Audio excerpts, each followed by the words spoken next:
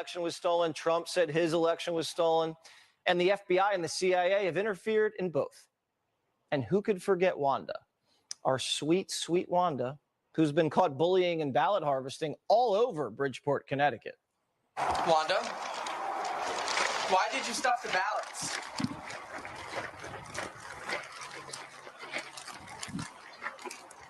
Wanda, there's surveillance video of you stuffing the ballots. Do you have anything to say?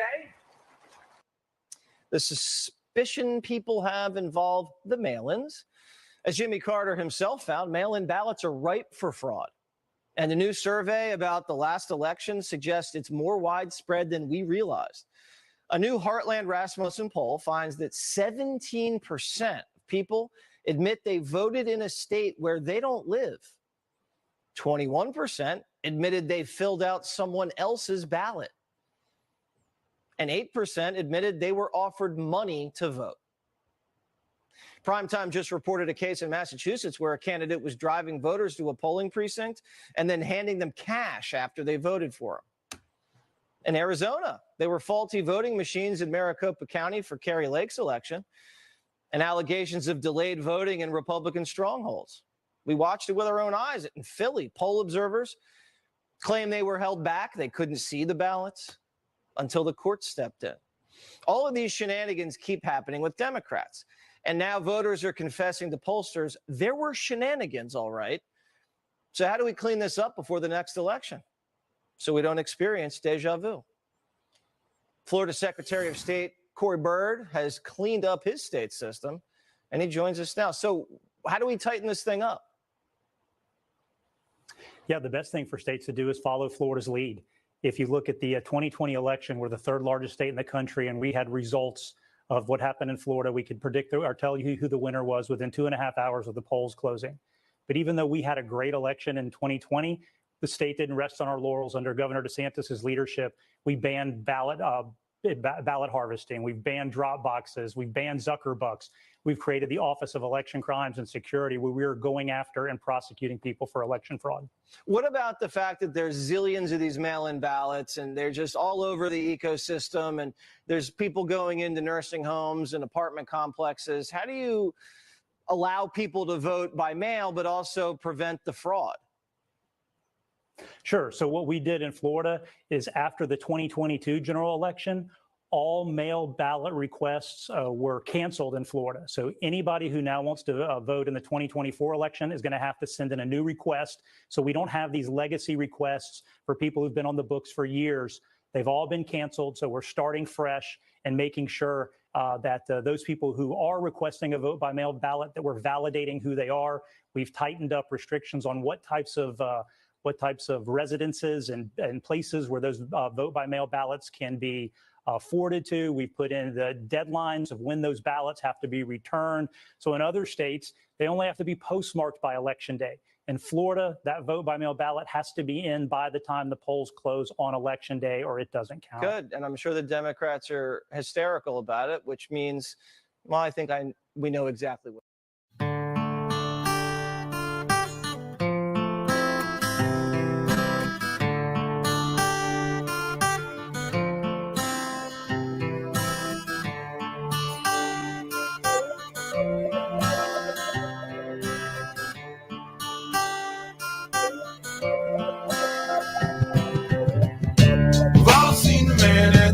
Store begging for your change. The hair on his face is dirty, dreadlocked in for the main. He asked a man for what he could spare with shame in his eyes. Get a job, you fucking slobs, how he replied. God forbid you ever had to walk a mile in his shoes. Then you really might know what it's like to sing the blues. Yeah, then you really might know what it's like. Yeah, then you really might know what it's like. Yeah, then you really might know what it's like. Yeah, then you really might know what it's like.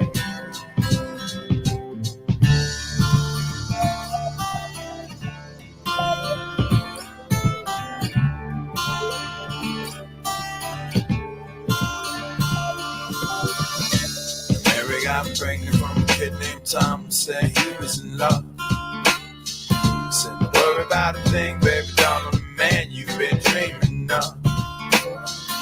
But 3 months later, he said he won't date or return her call. And she swear, goddamn, if find that man cutting off his balls. And she heads for the clinic and she gets some static walking through the door. They call her a killer, and they call her a sinner, and they call her a whore. But God forbid you ever had to walk a mile in her shoes. 'Cause then you really might know what it's like to have to choose. Then you really might know what it's like. Then you really might know what it's like. Then you really might know what it's like. Then you really might know what it's like. Seen a rich man beg, seen a good man sin, I seen a tough man cry. I seen a loser win and a sad man grin, I heard an honest man lie. I seen the good side of bad and the downside of up and everything between. I licked the silver spoon, drank from the golden cup, and smoked the finest cream. Stole the baddest dimes these couple of times before I broke their heart.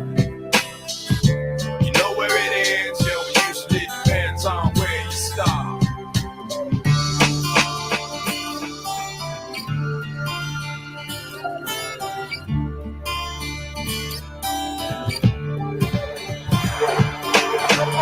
This kid named Max used to get fat stacks out on the corner with drugs. He liked to hang out late, he liked to get shit-faced and keep the pace with thugs. Till late one night, there was a big gunfight and Max lost his head. He pulled out his chrome 45, talked some shit and wound up dead. Now his wife and his kids are caught in the midst of all of his pain. You know, it comes that way, at least that's what they say when you play the game. God forbid you ever had to wake up to hear the news. Then you really might know what it's like to have to lose. Then you really might know what it's like. Then you really might know what it's like. Then you really might know what it's like to have to lose.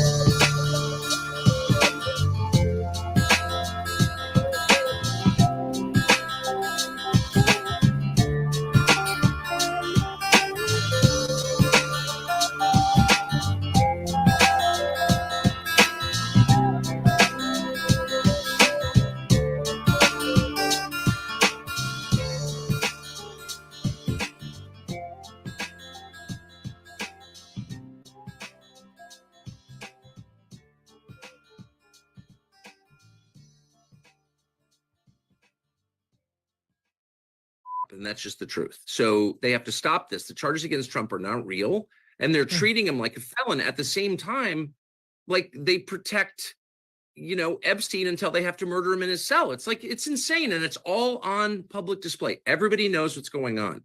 So I do think the people in charge, those people need to really think this through a little bit. You're about to wreck the country. Don't do this, please.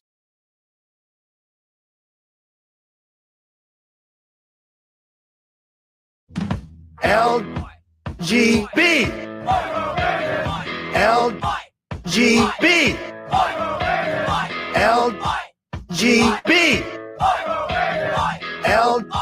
LGB. They say LGB everywhere I go. LGB for the mates. I don't know. LGB, whatever it is.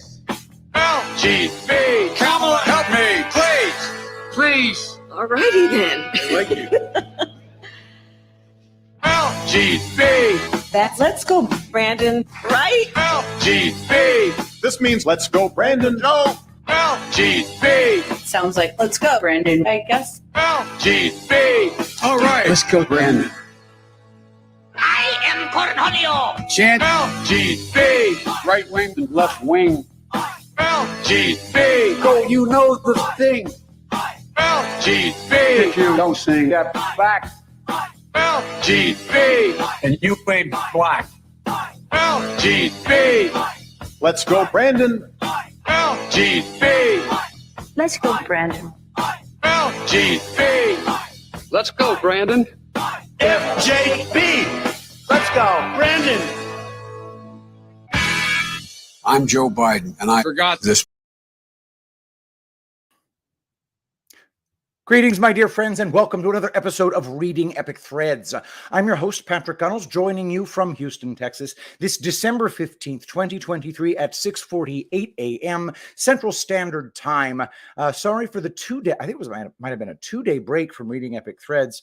Long story short, Angel Paste is definitely taking up a bunch of my time. It is the Christmas season, and I am determined to get these bad boys to you to put under your Christmas tree. Guys, go to angelpaste.com, use promo code Shapiro to pry $1 from my grasping hands. Buy 3 or more bottles, you get free shipping. It's the best lotion the world has ever known. No preservatives, no additives, no water, no drying agents of any kind, just food-grade plant oils. Everything your skin wants, nothing it doesn't. We are seeing unbelievable results. We are seeing age spots fading, eczema, psoriasis disappearing, dead skin tumbles off without a trace of abrasion, sunburns healing, hair conditioned. It's great shave balm, which I haven't used as a shave balm yet, but I'm hearing reports from men that it's incredibly good for that. Might try it this morning. Who knows? Go to angelpaste.com, promo code Shapiro to pry $1 from my grasping hands. Your skin will drink it up. Okay, let's begin with my segment I call Work Smart, Not Hard, in which I present to you the latest from my friend Brian Cates.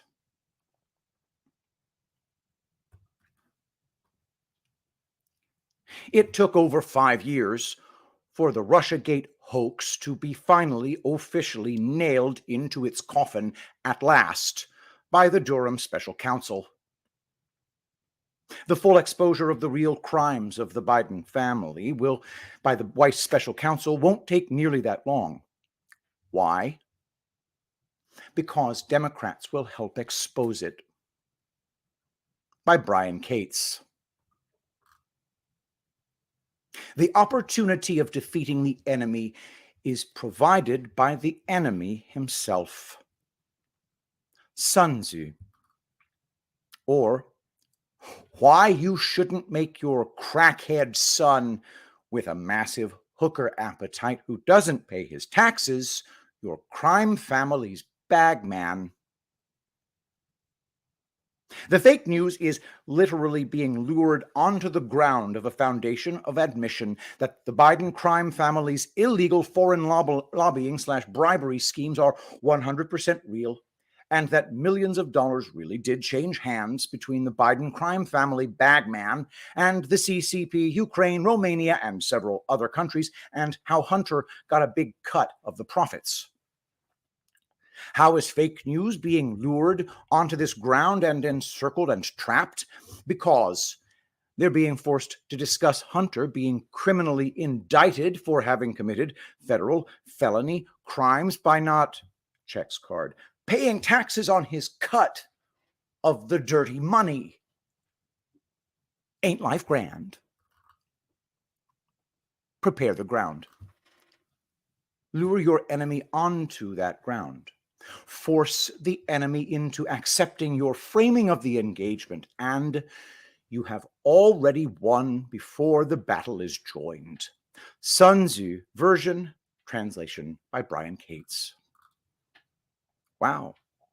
Look at this, everybody. In this new indictment by the special counsel of Joe's crackhead son, the fake news is being forced to report in detail on all the illegal foreign bribery deals the Biden crime family raked in millions of dollars from. And check this out. Hunter didn't keep most of these dirty millions he was handed from these foreign countries. Turns out he kept far less than half of it, probably his cut of the dirty money. And Weiss indicted him for not paying taxes on his cut, but instead blowing it all on hookers and fancy hotels and a wild lifestyle. Where'd the rest of the dirty money go, Hunter? Did Joe or his corrupt brother Jim and his wife get any of it? Hey, Jack Smith and Merrick Garland at the DOJ, how about you go after some real crooks like the Biden crime family and leave me and my family alone? Donald J. Trump version. Yes, life is getting very grand these days. First, I would encourage people to actually read the indictment of the first son that the Weiss Special Counsel's office unsealed in California last week. No, not someone's hot take summary of the indictment itself. How much total money did Hunter Biden have given to him in the deals that Weiss itemizes in detail in the indictment? Now, how much of all the money from those foreign deals that he was handed did Hunter keep as his cut and not pay taxes on, and how much of it did he not keep? If you start asking the right questions, you can see what's coming. Of course, there are more indictments coming from Weiss, and not just for Hunter. From the moment the Hunter Biden sweetest ever sweetheart deal went tits up in a Delaware courtroom when the judge started asking pointed questions about it, you had damage and narrative control people leaping to correctly frame what was happening for you. You were told all this meant was that Weiss was going to be forced to hand Hunter a new sweetest of sweetheart deals on the gun charges, and then Weiss and Attorney General Merrick Garland were going to run out the clock again on all the other charges. You were told no new felony indictments of Hunter or anybody else in the Biden crime family circles would be forthcoming. I'd like to take just a minute and remind all you observant folks out there of something. No leaks. Why weren't there any leaks that this latest indictment was coming? Why did the sudden unsealing of these latest felony charges being made against the first son catch the entire fake news media and Con Inc. completely and totally and utterly by surprise? Why did this surprise indictment hit like a megaton shockwave? Because all the usual suspects had just spent around 4 months correctly framing for you exactly what you could expect from the Weiss Special Counsel. They didn't see this coming at all, but that didn't stop them from instantly leaping to explain it to the rest of us. In fact, because I wasn't joining that chorus in singing the same smothering song about how Weiss was helping cover up the Biden crime family's crimes by filing federal felony charges against Hunter Biden, I was called everything from a lunatic to a deep state agent. Me, watching the crowd running to the same cool talking heads who told them for months no new indictments of Hunter or anyone else would be forthcoming from the Weiss Special Counsel, and the only thing they should expect is a new sweetheart plea deal for Hunter in Delaware to replace the one that blew up, running enthusiastically to those same cool talking heads so they can explain for them just how this new Weiss indictment of Hunter Biden that absolutely none of these talking heads told them was coming is just more of the exceedingly clever cover-up. Fascinating. These same people are probably going to get upset with me again when I say that we'll very likely see the Weiss Special Counsel unseal yet a third federal felony indictment of the first son early next year in yet a third different venue when Hunter Biden and several others have an indictment unsealed against them in the District of Columbia, that's Washington, D.C., for those of you in Rio Linda, for illegal foreign lobbying in violation of the FARA Act and also for illegal bribery. It is what it is. I don't mind the attacks because I'm used to them by now. The debate about whether the Biden crime family got millions of dollars from foreign countries for shady, illegal lobbying deals is over. There can no longer be any debate in the fake news media and on the media intelligence complex controlled social media apps, but I repeat myself, as to whether the Biden crime family's illegal influence peddling abroad and its foreign bribery scheme actually exist and are real. Someone was just criminally charged by the special counsel in federal court via grand jury in California for federal felonies committed in the exchange of a massive amount of money from all the blatantly illegal foreign lobbying and bribery that went on. If you deny that, you have to explain why Hunter was being handed all these millions of shady dollars. The tax evasion case rests on a very solid foundation. These millions did change hands. Case closed. So, we're past the Rubicon of if all this illegal foreign lobbying and bribery went on. It obviously did happen. Weiss did not just criminally indict the first son based on imaginary profits from fantasy schemes. Isn't that nice? Isn't it just absolutely wonderful that we're past that stupid debate? One that the fake news have been bogging everyone down with for years.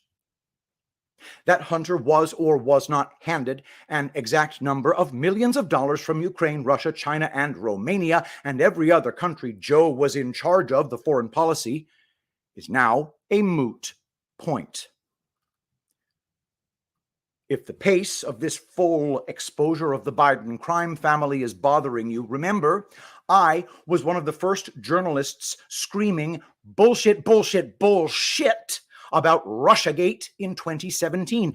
I spent years watching the talking heads insist over and over and over again. The Steele dossier was real. It was just a wild, hairy-assed conspiracy theory of right-wing lunatics that the Russia collusion allegations came straight from the Clinton campaign. It took years to kill that hoax, stone cold dead. It took how many years for all the evidence to surface and be acknowledged legally that Russiagate was a massive hoax invented by the Hillary Clinton campaign? So yeah, the pace is frustrating, but don't miss the progress, and the progress is speeding up. The truth is coming out in a way that the usual suspects are being forced into retreats and acknowledgments they most certainly do not want to make, with an incredibly weak Biden running for re-election, and when they know they are going to have to replace him next year. The effect of new Biden crime family indictments as the 2024 presidential campaigns kick into high gear. The fallout from the entire Democrat criminal party being forced into tacit admission they stole the last presidential election to inflict this creepy criminal family on the country, to implement all the horrible, rotten, terrible, no good leadership of the last 3 years is going to be massive. No amount of desperate gaslighting is going to diminish it as they move to dump Joe and frantically and desperately scream out the praises to the American public of whoever the new Obama stand-in is that the DNC will appoint to run against Trump. How do you win the battle before it is fought? By doing this. You maneuver your enemies into increasingly weaker positions, where they themselves are being forced to make countermoves to try to stop you, where they sacrifice their own most powerful, strategically placed pieces on the board, while you sacrifice exactly not one damn thing. That's right. Democrats have been artfully maneuvered by a master of the game into a position where they are going to have to spend the next year engaged in making one dramatic and obvious sacrifice of knights and pawns and bishops as they try to avoid total and complete and overwhelming defeat. Biden is just the most obvious piece they're about to give up to try to stay on the board. What exactly have Trump and the Patriot base been forced to sacrifice over the last year as the Democratic Party gets ready to replace a sitting president they committed the crime of the century to put into the White House?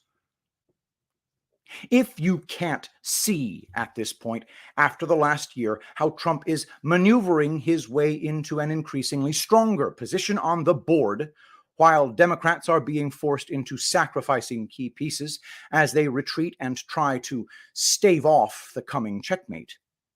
Your problem is a mental, psychological one, and nobody, not even me, can help you. Stop the stupid talk about how the Democrats' clever plan is working.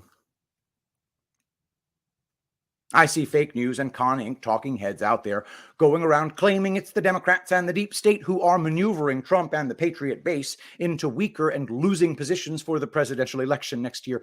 Clickbait outrage artists keep insisting nothing's happening because it's supposedly only the Democrats and the deep state still in total and complete control who are sacrificing Biden to swap him out on the board for the election next year, as if this isn't a major move that dramatically weakens their position on the board rather than strengthening it.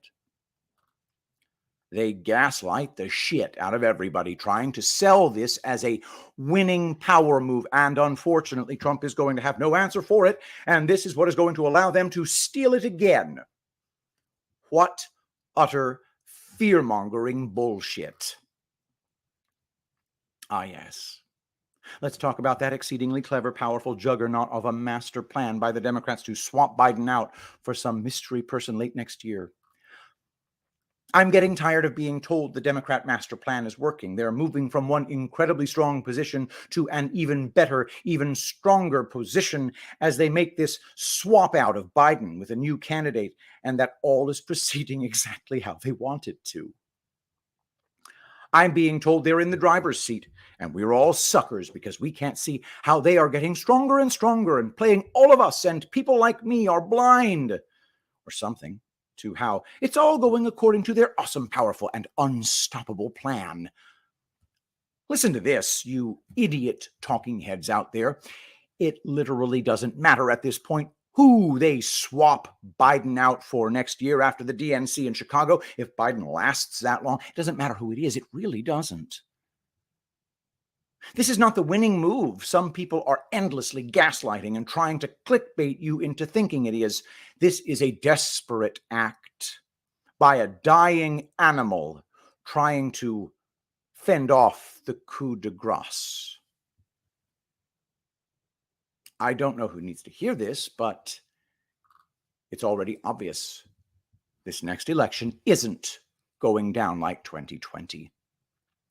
To pull off that last steal, they had to resort to extraordinary measures that fractured, exposed, and stressed their fraud machinery to the breaking point, and it still took them over 3 days to find all 40,000 votes across the 6 battleground states to hand Biden the fake win in the Electoral College, which is what counts.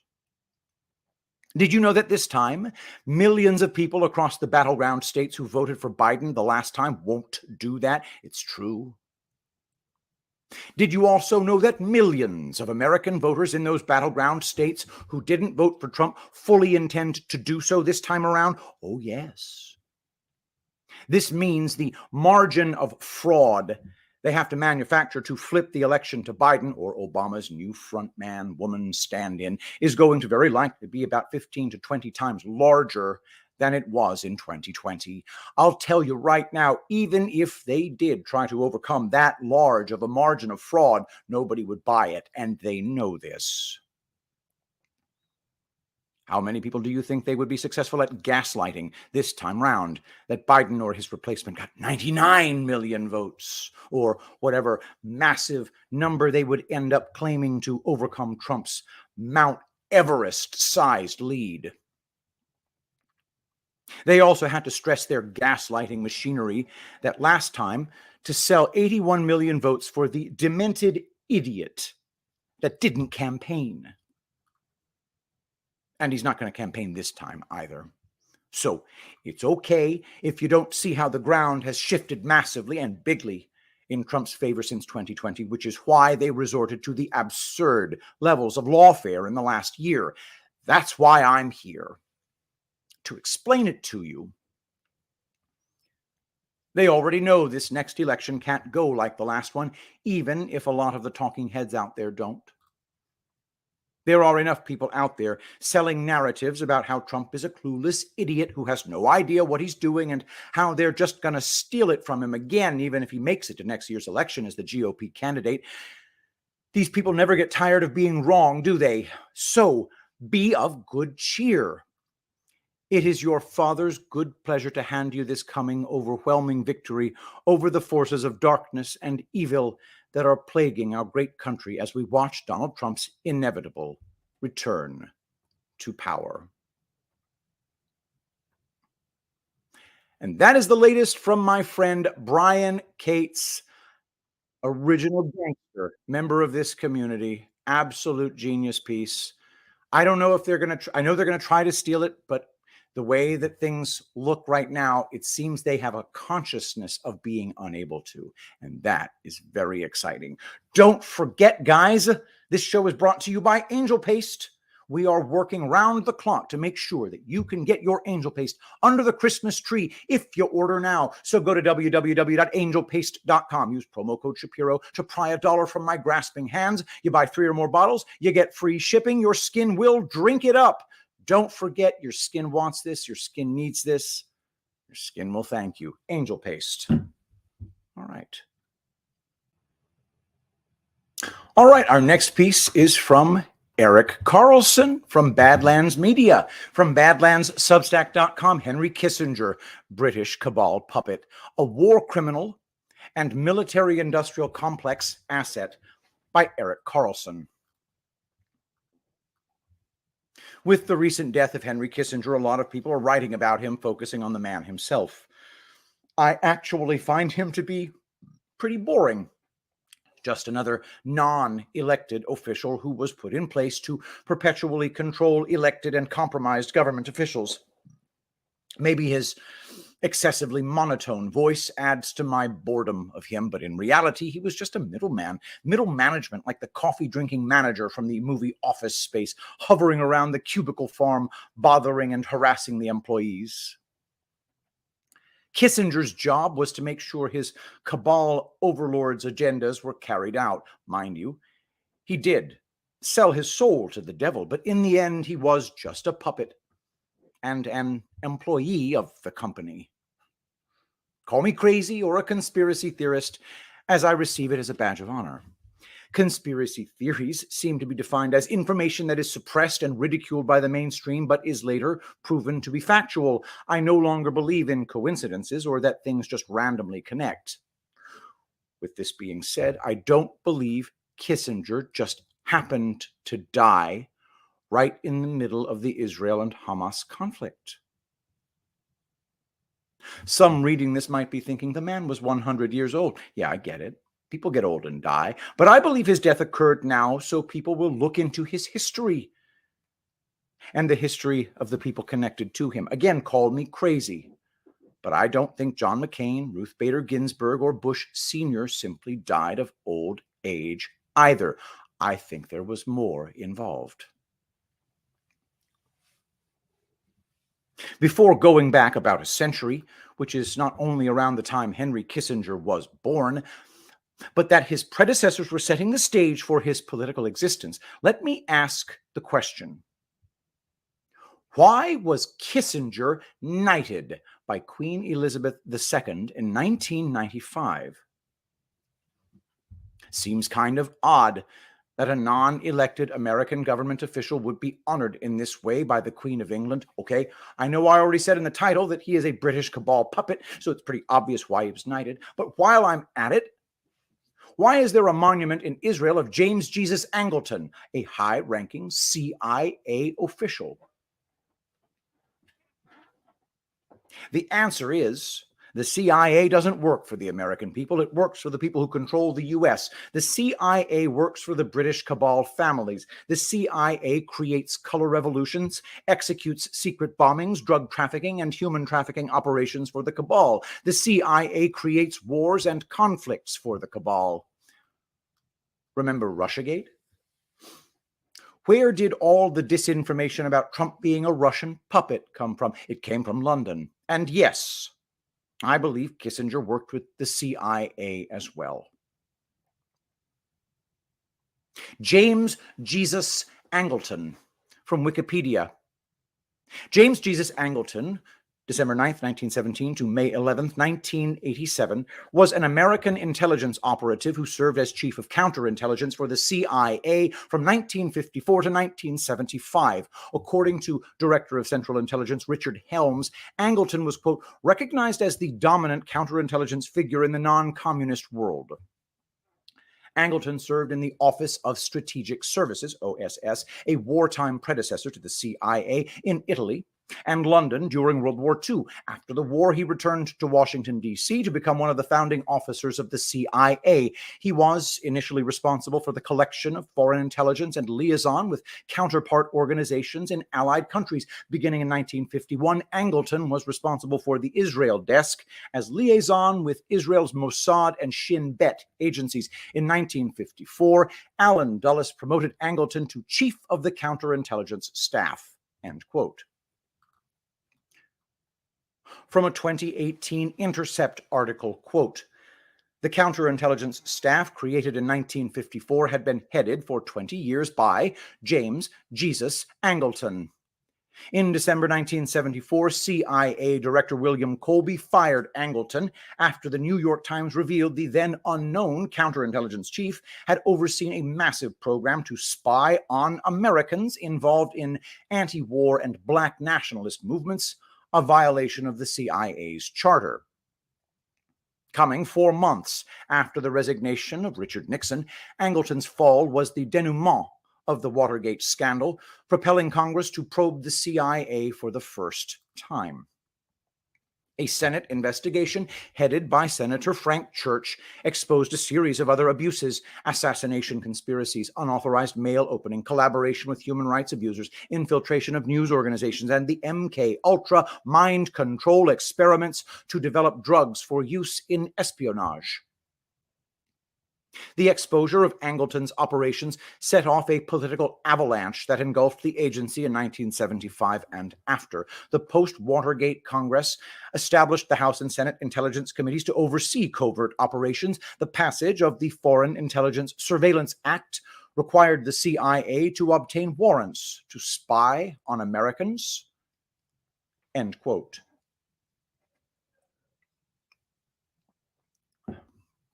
William Colby was made director of the CIA in 1973 by Richard Nixon, in my opinion, to clean up the CIA, to expose their atrocities, and to attempt to reel in their out-of-control power. A month later, Vice President Spiro Agnew resigned and was replaced by CIA puppet Gerald Ford. Nixon resigned less than a year later, succumbing to the CIA operation designed to oust him from office known as Watergate, and Ford became president after. Cabal family member Nelson Rockefeller was made Ford's VP. Henry Kissinger served as a national security advisor from 1969 to 1975 and was the Secretary of State from 1973 to 1977. Gerald Ford was the leader of the free world. Like Biden is currently running things in the White House. He might have had more mental capacity than Biden, but he was a puppet just the same. I should probably point out that Ford headed the government committee that determined the JFK assassination happened exactly as it was portrayed to the American public. In other words, Ford absolved the CIA of its theorized role in the assassination. As I mentioned, Richard Nixon appointed William Colby as the director of the CIA in 1973, where he went on to air the CIA's dirty laundry multiple times before the Church Committee in 1975. The CIA felt that Colby volunteered too much information to the Church Committee, even though he was under oath. under Ford, George Bush Sr. replaced Colby as the director of the CIA in 1976. Years later, Colby, having eaten half his meal that day, suddenly felt the overwhelming need to go canoeing. His body was found on the riverbank 9 days later. Henry Kissinger. A brief Wikipedia bio on Henry Kissinger. Quote, born in Germany in 1923, Kissinger came to the United States in 1938 as a Jewish refugee fleeing Nazi persecution. He served in the U.S. Army during World War II and after the war was educated at Harvard University, where he became a professor of government and earned an international reputation as an expert on nuclear weapons and foreign policy. He frequently acted as a consultant to government agencies, think tanks, and the presidential campaigns of Nelson Rockefeller and Nixon before being appointed National Security Advisor. End quote. Was Henry Kissinger a war criminal? From a recent Al Jazeera article, quote, this is a man, Kissinger, who, through his actions, was directly responsible for the murders of between 3 and 4 million people during his 8 years in office between 1969 and 1977, according to Yale University historian Greg Grandin's book, Kissinger's Shadow. The bloody policies he promoted paved the way for America's never-ending wars in later years. Kissinger was seen as the architect of the United States' efforts to contain the Soviet Union and communist influence around the world. To achieve this, he introduced the bombs over diplomacy approach, pushing for some of the most brutal bombing campaigns in modern history. This approach was first applied during the Vietnam War, when the U.S. was trying to stop communists from taking power. Kissinger, who at that time served as President Richard Nixon's national security advisor, pushed for carpet bombing not only Vietnam itself, but also neighboring Cambodia, where both Cambodian and Vietnamese guerrillas were operating. In 1969, the military assault was approved secretly and proceeded without Congress being informed. In declassified Pentagon reports, it was stated that Kissinger personally approved 3,875 air raids, which dropped some 540,000 tons of bombs in Cambodia within the first year of the campaign. To this day, innocent Vietnamese and Cambodians are being killed by remaining unexploded U.S. ordnance. Needless to say, the carpet bombing did not stop, but rather facilitated the Vietnamese and Cambodian communists taking power. In Cambodia, the Khmer Rouge emerged victorious in the country's civil war and went on to commit countless atrocities, including a genocide of between 1.5 and 2 million people. As TV chef Anthony Bourdain famously wrote, once you've been to Cambodia, you'll never stop wanting to beat Henry Kissinger to death with your bare hands. For his role in the war in Southeast Asia, Kissinger was abhorrently awarded the prestigious Nobel Peace Prize in 1973. End quote.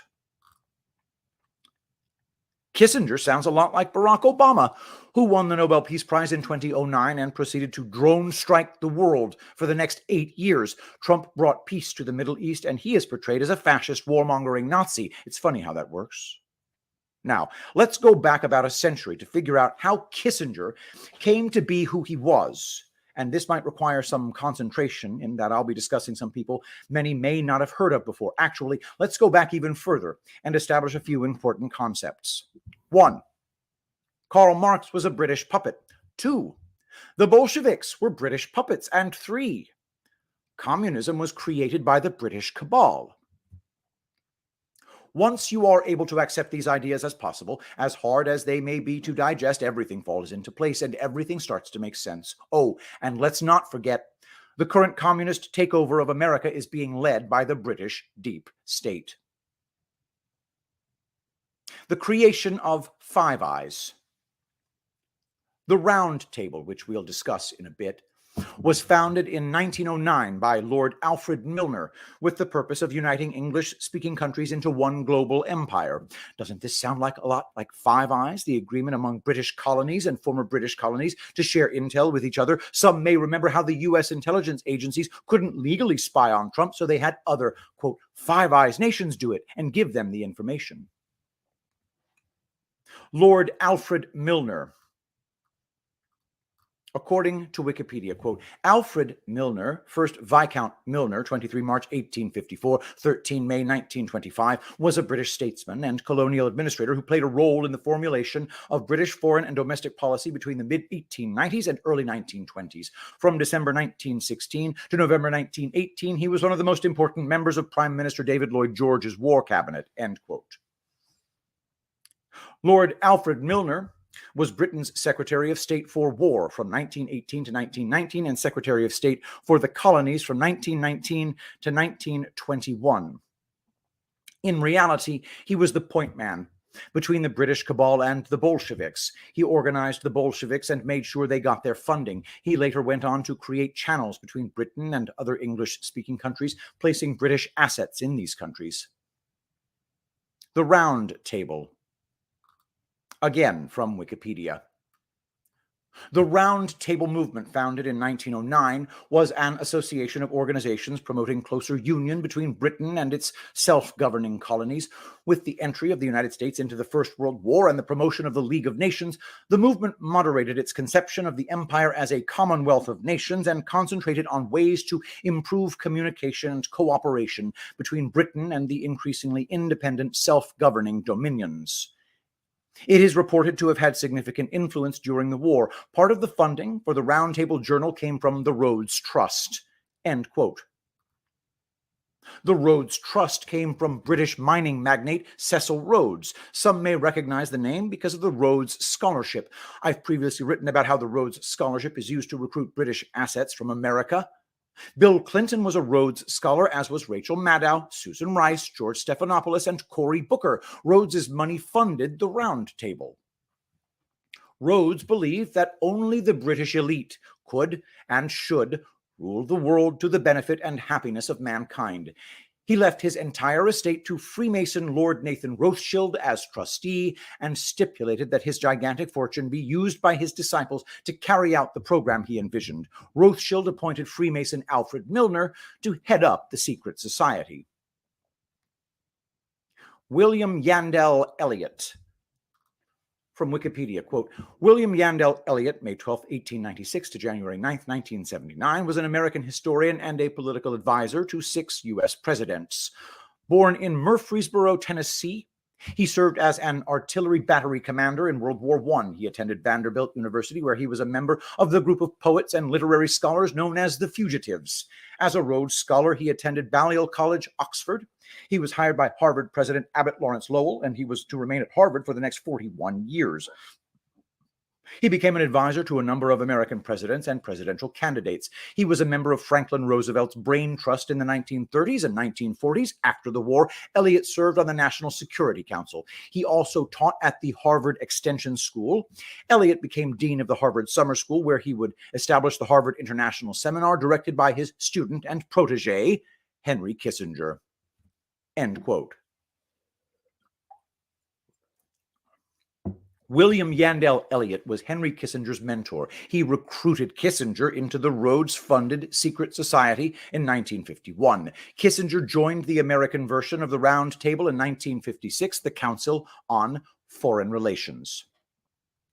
The Executive Intelligence Review writes about Kissinger's mentor, Elliot, in 2002, quote, throughout his career, he coordinated operations between his hometown crowd, the Tennessee Templar of the Ku Klux Klan, and the Cecil Rhodes Round Table movement, with which he became associated during his Rhodes Scholarship studies at Britain's Balliol College at Oxford University.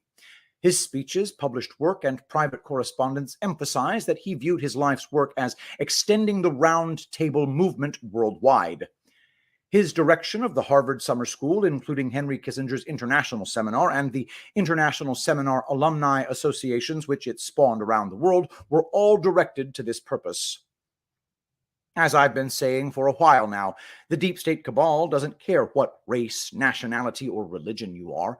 If they can use you to push forth their agenda, they will gladly put you into a position of power. In this case, a man with close ties to the KKK appears to have mentored a Jewish American to further the British dominance and control of the world. Care to guess who Henry Kissinger mentored at Harvard? None other than Klaus Schwab. That's right. You will eat the bugs, live in the pod, own nothing and like it, guy. When it comes to the deep state cabal, they are all connected. In this case, a Jewish American mentoring a man with ties to Nazi fascism. Can't make this stuff up. Here's the thing about the deep state cabal. They actually believe they know what's good for us. They think they are doing the right thing. They believe by taking away the God-given rights from the common people, they can create a better world, a world where these psychopaths hold all the power, control, and money, and the rest of humanity grovels to get by. They believe that if left to our own devices, we will destroy the world, that we must be controlled and culled. They believe they are the chosen people assigned to administer this task, to lead, to pass on their genes. Whether you are white, black, Asian, Christian, Jewish, Muslim, American, Chinese, or Iranian, if the cabal can use you to achieve their goals, they will partner with you. You may not be able to sit at the round table, but you can be given power and money for selling out your own people. These people must be stopped. And the good news is they are being stopped. Those who have scales on their eyes can't see the progress being made. But those who have eyes that can see understand. The parasites of the world who feed off of humanity are being eradicated one by one. It may not feel as though it is happening fast enough, but it is happening. Take joy in this. The deep state cabal is losing its grip, and it's a long fall down below. That is my friend Erik Carlson. Brilliant work again. I don't know if I agree that it's the, quote, British cabal, but it is definitely the cabal. I don't think that Queen Elizabeth II was British. Obviously, Nathan Rothschild is not British. I don't consider many of the people who are considered British to be British. I consider them to be part of the Prussian rule of the world. But it's the same. 6 of one, half a dozen of the other. We will definitely get into that at some point. Don't forget, my dear, dear friends, go to angelpaste.com. Use promo code Shapiro to pry $1 from my grasping hands. We are working round the clock to get these to you by Christmas. When you order it, we box it up and ship it. We've got the inventory. My sister is frantically making more. Even as we speak, she prays over every single bottle from the beginning to the end of the entire batch making process. And I think that makes a difference in how it affects your skin. Angelpaste.com, promo code Shapiro, slap $1 off that price. 3 bottles or more, you get free shipping. Angel Paste, your skin will drink it up. All right, thank you everybody for being here. Thanks to Brian Cates, thanks to Erik Carlson, thanks to Badlands Media. Let's pray. Saint Michael the Archangel, defend us in battle. Be our protection against the wickedness and snares of the devil. May God rebuke him, we humbly pray. And do thou, O Prince of the heavenly host, by the power of God cast into hell Satan and all evil spirits who prowl about the world, seeking the ruin of souls. Amen. I love you all. Thank you so much for being here, and I will see you tomorrow. I will be the greatest president that God ever created.